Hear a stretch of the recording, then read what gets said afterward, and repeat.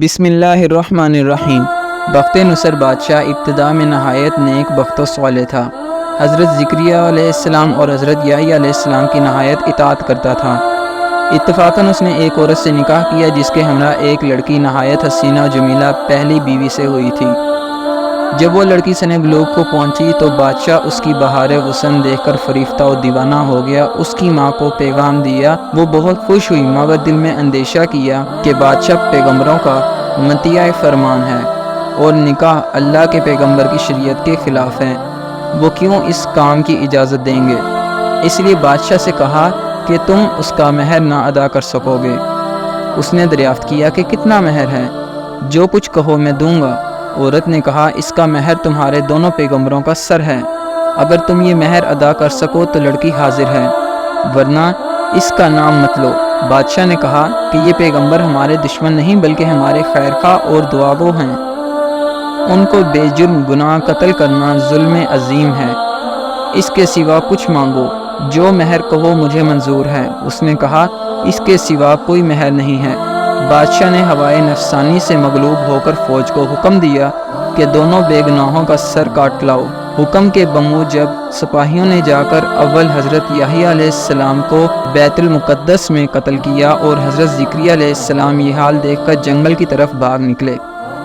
فوج پیچھے ہوئی اور شیطان نے ان کی رہنمائی کی۔ جب سپاہیوں نے دبایا اور گھیر لیا تو حضرت زکریا علیہ السلام نے ایک درخت سے التجا کی کہ مجھ کو اس وقت پناہ دے۔ وہ درخت پھٹ گیا، یہ اس کے اندر سما گئی، وہ پھر بند ہو گیا لیکن قدرے کپڑا باہر رہ گیا۔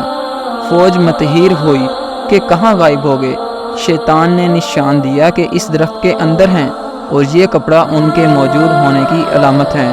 پھر شیطان نے آرا کی ترکیب بتلائی، درخت چیرا گیا۔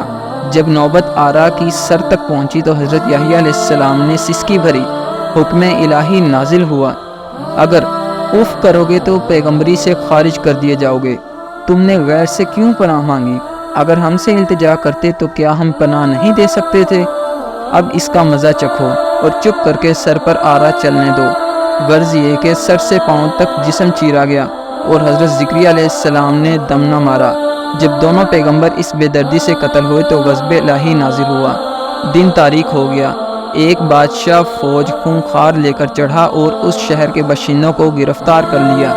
حضرت یحییٰ علیہ السلام کا خون بند نہ ہوتا تھا، جب قبر میں رکھتے تھے قبر خون سے لبریز ہو جاتی تھی۔ بادشاہ کے لشکر نے قسم کھائی کہ جب تک خون بند نہ ہوگا میں قتل سے باز نہ رہوں گا۔ ہزارہا آدمی تعطیل کر دیے گئے لیکن خون بند نہ ہوا۔ اس وقت ایک شخص حضرت یحییٰ علیہ السلام کی لاش پر آیا اور کہا کہ تم پیغمبر ہو یا ظالم؟ ایک خون کے بدلے میں 1000 آدمی قتل ہو چکے، اب کیا سارے جہان کو قتل کرواؤ گے؟ اتنا کہنا تھا کہ خون بند ہو گیا۔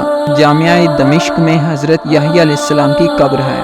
غرض اس بیان سے یہ ہے کہ بجز اللہ کے کسی سے استعانت نہ چاہیے کہ جب ایک نبی کو بھی اللہ تعالیٰ نے بطور تنبیہ کے آرے سے چروا دیا تو ہماری حیثیت کیا ہے؟ چنانچہ اس لیے اس واقعے سے سبق حاصل کرتے ہوئے ہمیں چاہیے کہ نہ تو کبھی کسی پر کوئی ظلم کریں، نہ اللہ کے سوا کسی سے مدد مانگیں۔ اللہ تعالی ہم سب کو عمل کرنے کی توفیق عطا فرمائے، آمین یا رب العالمین۔ جزاک اللہ۔